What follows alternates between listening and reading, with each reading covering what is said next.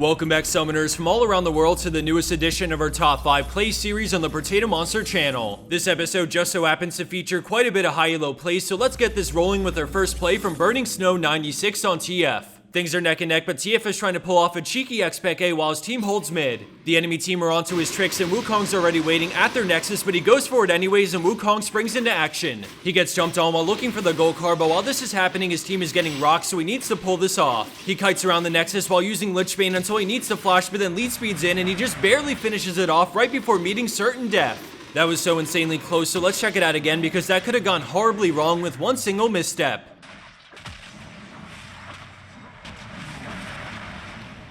Coming in at our number 4 spot, we have a barcode challenger player stomping the enemy team on Draven while having only 3 kills and 2 deaths. We see the enemy Lee Sin coming for a flank because they're pretty pushed up, and Thresh gets the fight started, so Draven backs up. Lee Sin moves in for a kick, but a beautiful E from Draven denies them from bursting him as he turns with his ult on Thresh for a quick kill before flashing away from the culling. He kites back while attacking Lee Sin, getting the double as they both turn for Lucian, but Diana is flanking from the river to try and clean up. He has no choice but to press forward, and now Irelia is also teleporting in, so he continues on and manages to pop Lucian with a huge auto. They want this shutdown goal from Draven, so he keeps good spacing, and then out of nowhere Diana flashes forward, but a quick reaction gets him the quad. Irelia goes for the kill, but he shuts down her attempt at his life for the pentakill and ace for the team.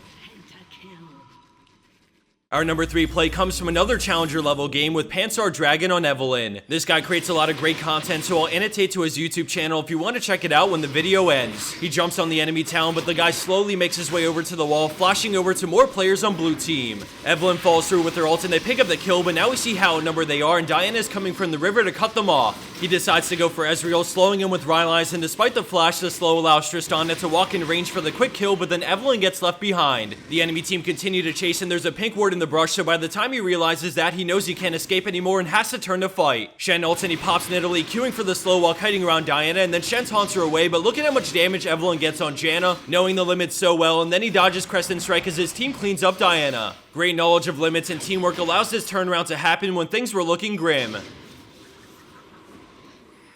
Landing in at second place, we have IAmNotCreative on Orianna with a last-ditch effort to win the game. Blue team's Blitzcrank disconnected a while back, so they've been trying their hardest to 4v5 with strong team fighting. They move in to siege the tier 3 mid, but the enemy Jax ends up coming in from the side with a flash engage, forcing the Zhonya's. Her team gets womboed, but then a massive 5-man shockwave goes off into Sion and Riven ult to turn the team fight convincingly in blue team's favor. With a 5-for-1, they're able to take the inhib, and what a beautiful counter engage that was, somehow turning this basically into 3v5 because Jinx was caught out at the start. Thanks to the Zhonya's from Orianna, she's able to reverse wombo them, even being a man down.